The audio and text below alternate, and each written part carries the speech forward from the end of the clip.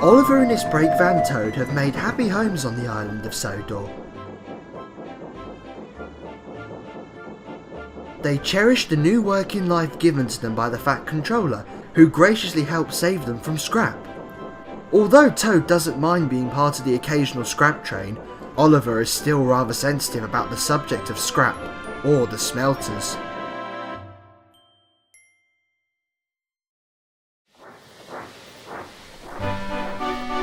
One afternoon, Oliver was arranging a mixed goods train in the yards when Henry and James began complaining loudly. He rolled forward to join them. "Hello, you two. What's all the noise?" he asked innocently. "It's those diesels at the smelters.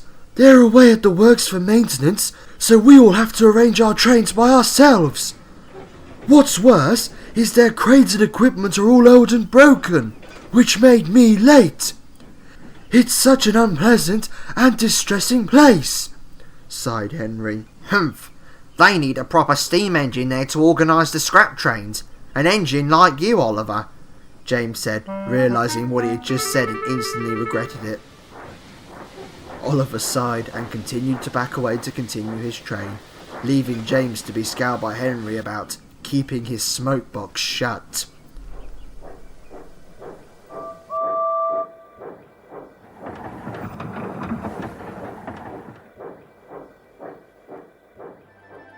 As Oliver made his way up the line with his train, he told Toad what James had said. The brake van sympathised with him. "Begging your pardon, Mr. Oliver, but I think Mr. James didn't realise what he was saying and meant no offence." "I know, Toad. It's just, even hearing the word scrap makes my boiler run dry. I just wish I could escape the past like I did those diesels." "Excuse me for mentioning it, Mr. Oliver, but have you considered talking about your feelings about our escape with somebody? Just so it's not being bottled up in your smoke box." "There's never enough time in the day to talk about it," replied Oliver. "Besides, no engine could understand what I went through to get here." Toad thought to himself, "Perhaps not an engine, but a brake van." That evening, Oliver was cooling down after a busy day in the sheds. He was just about to head to sleep when he saw a flash of blue approach him. The Fat Controller stepped out of his car. "Good evening, Oliver. I'm afraid I have a rather unpleasant job for you. The smelters have requested an engine to arrange and deliver scrap trains for the evening." Oliver was horrified. He pleaded with the Fat Controller. "Please, sir, anything but that. Can't you arrange for another engine?" "I'm sorry, Oliver. You're the only engine available. Believe me when I say I did my best to try and find another replacement so as to not hurt your feelings. I promise you a fresh coat of paint when the job is done to make it up to you." The Fat Controller turned on his heel and walked slowly to his car. Oliver had to bring a load of empties to the smelters. He ran in reverse with Toad in front of him. Toad could tell his friend was miserable. "Excuse me, Mr. Oliver, would you like to talk about it?" "No! I'm fine, thank you," interrupted Oliver as they swerved onto the line to the smelters. When they arrived, Oliver got to work immediately, working in complete silence as Toad watched from the siding, worried. It took a long time to load the trucks due to the broken equipment, but soon Oliver had his scrap train ready to go. He looked on in horror as the pieces of twisted metal laid still in his trucks. Morbid thoughts clouded his smoke box. He gently coupled Toad right in front of him and began to exit.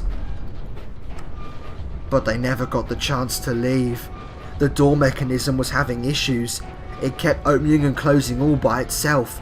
The workmen were trying desperately to repair it. Then they heard Oliver's whistle and frantically tried to get Oliver's attention with a red flag.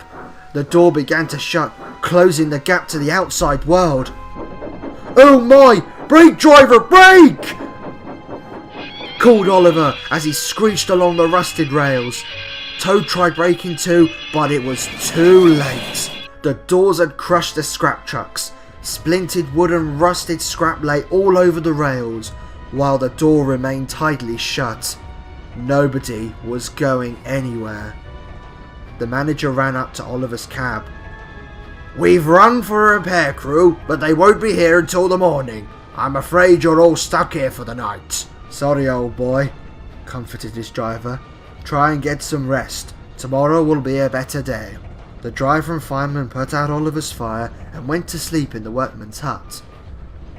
Oliver sighed and looked sadly at his buffers. This was the last place he ever wanted to spend an evening. He looked up and saw Toad showing a small smile. Perhaps, Mr. Oliver, this is an opportune moment to talk about your past, if you're comfortable enough. Oliver smiled. He didn't know where he'd be without Toad. Well, there were just a lot of adjustments I had to make when I started working here, particularly getting used to the diesels.